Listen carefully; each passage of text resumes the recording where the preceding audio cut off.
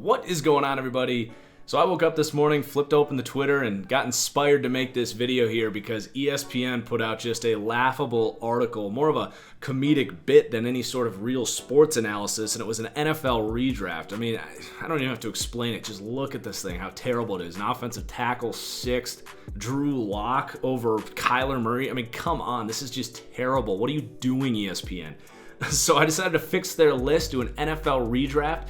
This is going to be me in the position of power for all 32 teams doing what I would do in this NFL redraft scenario. Definitely got interesting because I just assumed that A, this would be like a serpentine type of draft, B, that our coaching staffs were still intact, so scheme really came into play with a lot of these picks.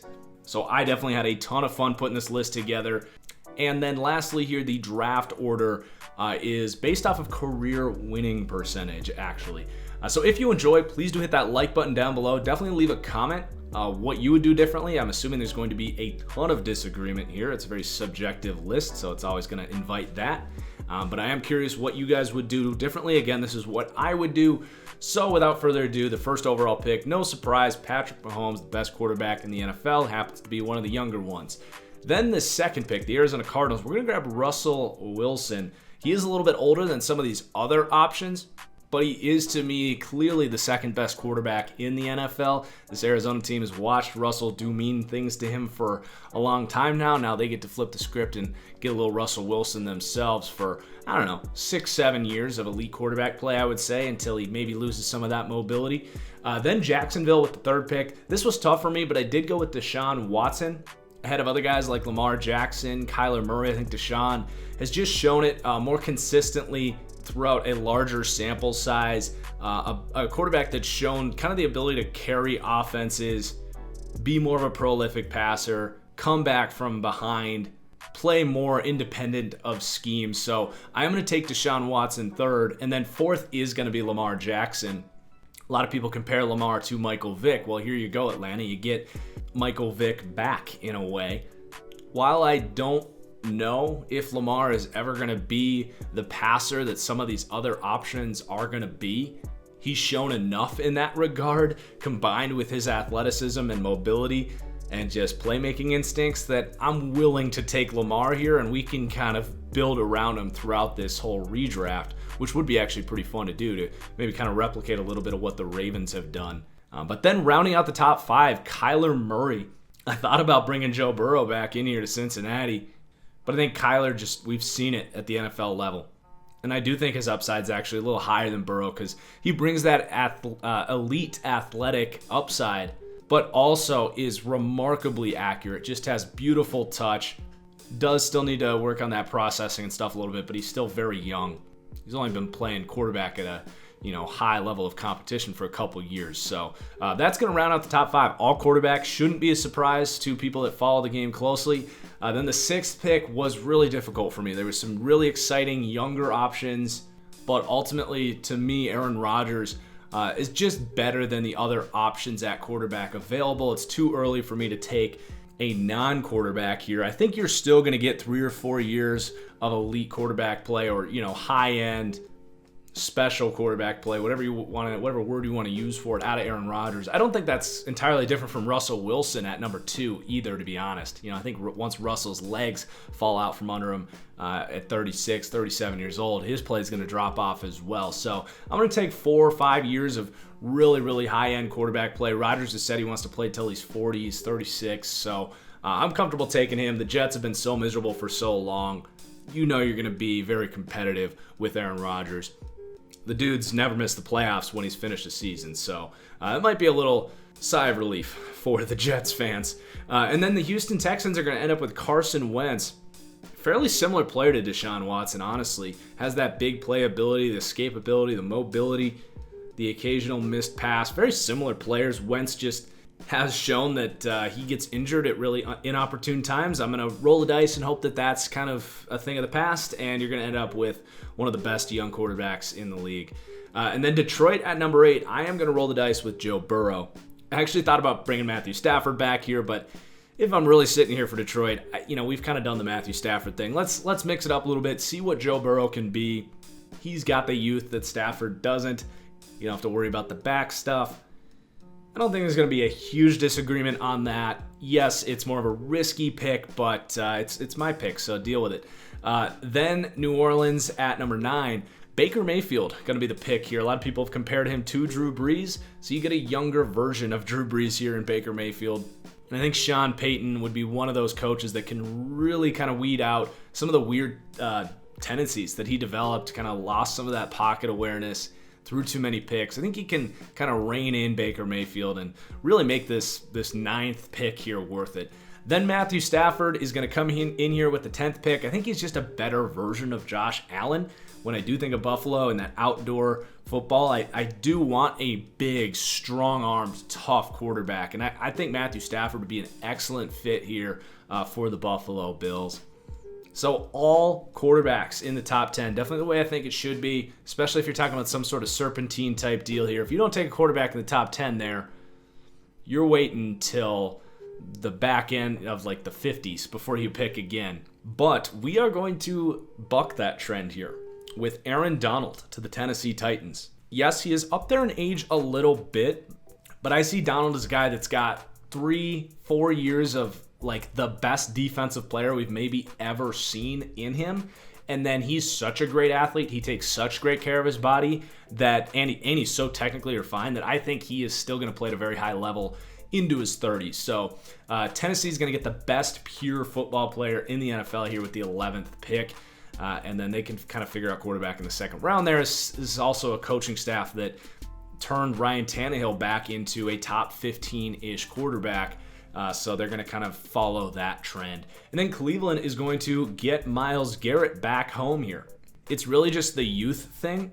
And as much as I have indicted Myles Garrett for what he did to Mason Rudolph, I do not stand by what he did. I do think the rest of his life, he's been a model citizen. So I'm just going to look at that as a blip on the radar and say he's going to get back to being one of the best players in the NFL. You're very familiar with him. He doesn't have to go anywhere. I really do think Myles Garrett could be poised to be the best edge player in the NFL next year in a bit of a revenge season of sorts.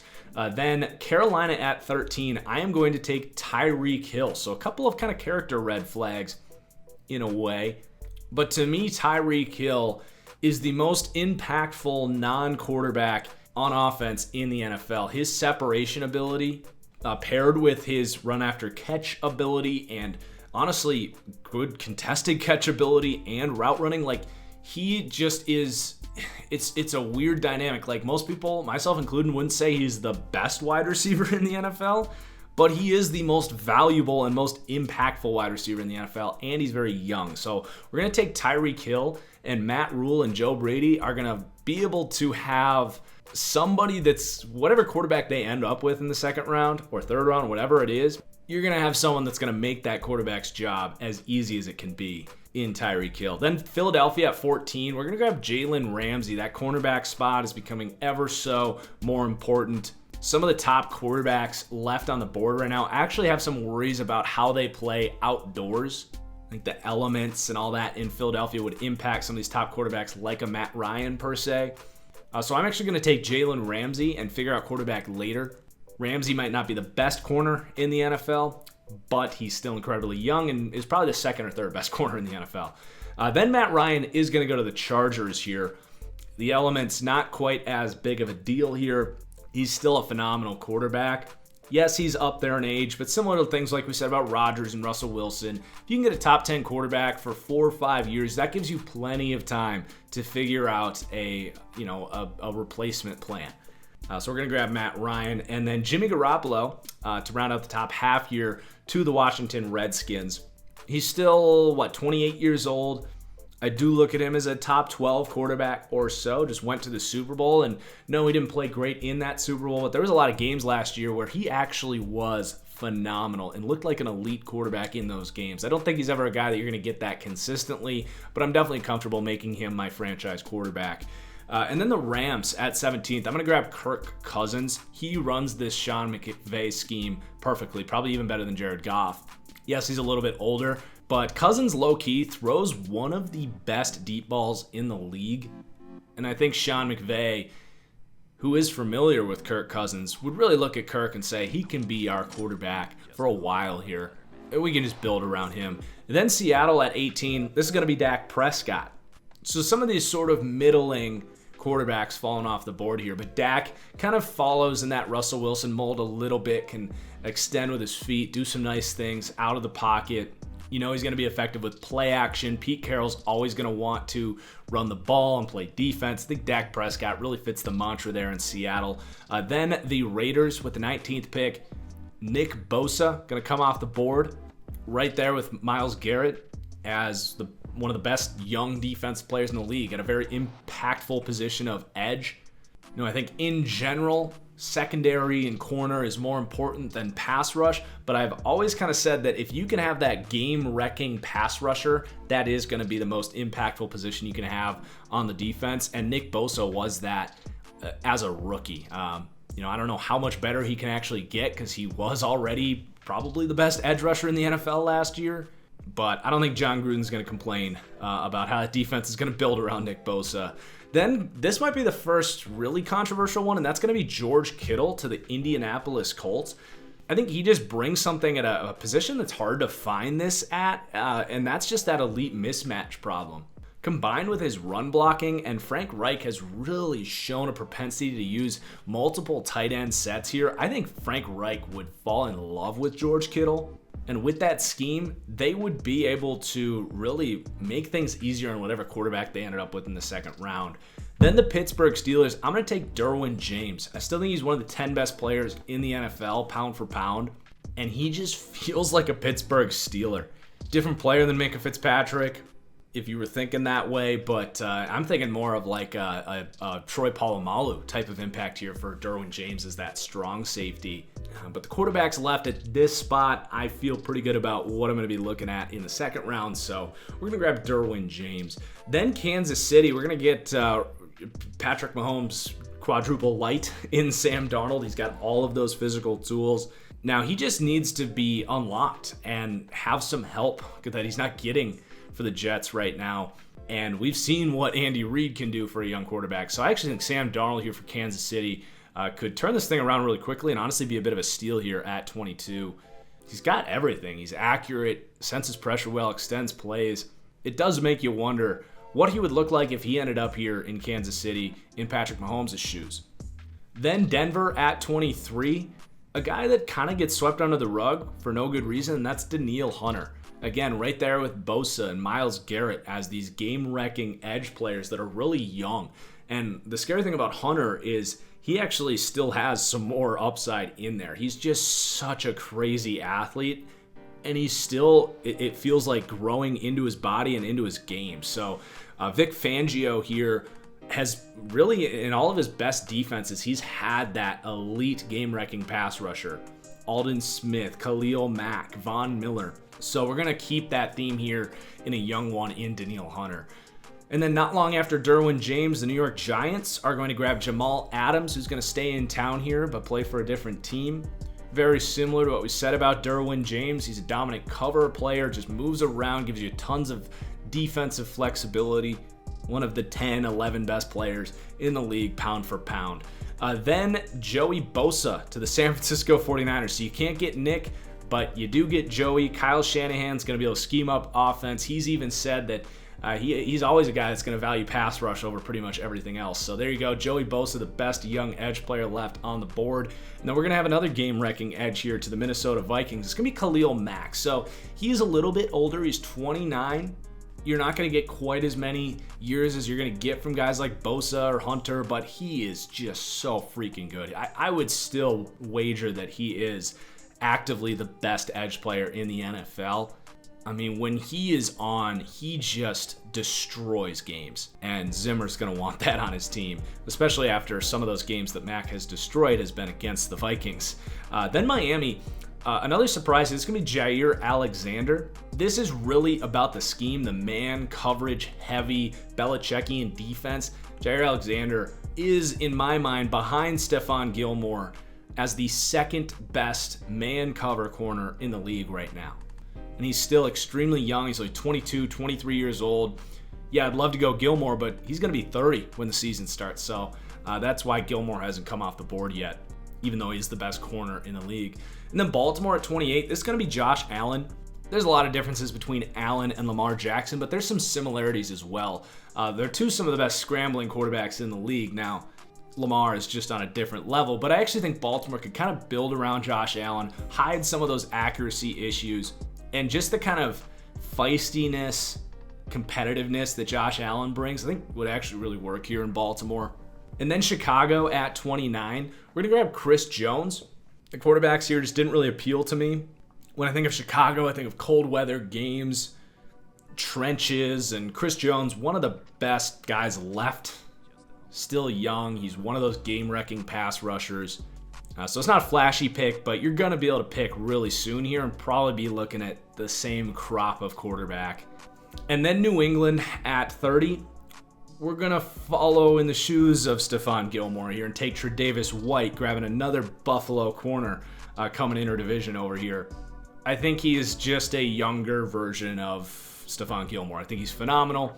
He's going to give Belichick some of that scheme versatility that he might want. He's a great man-covered corner, but super smart and instinctive in zone.